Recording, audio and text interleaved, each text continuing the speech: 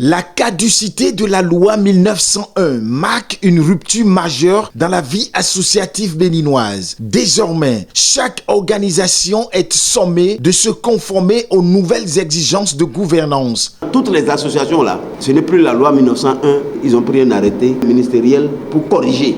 Donc maintenant, pourquoi nous nous sommes réunis? Nous devons réfléchir et profiter même de l'occasion pour voir dans nos règlements intérieurs et statuts qu'est-ce qu'on peut encore corriger. C'est donc dans ce contexte que l'organisation professionnelle des transporteurs de marchandises du Bénin a convoqué une séance extraordinaire, réunissant ses délégués venus des différents départements du pays. Objectif, réfléchir à la mise en conformité, mais aussi relire et adapter les règles internes qui régissent son fonctionnement. Comment procéder aux nouvelles réglementations de l'État béninois, les pièces manquantes.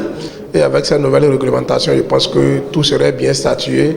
Chacun saura désormais qu'est-ce qui lui revient, qu'est-ce qu'il doit faire, qu'est-ce qu'il ne doit pas faire.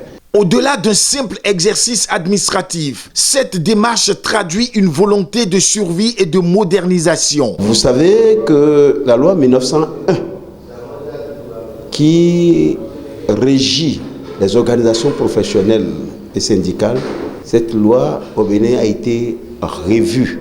Et il revient à chaque organisation de faire des mises à jour.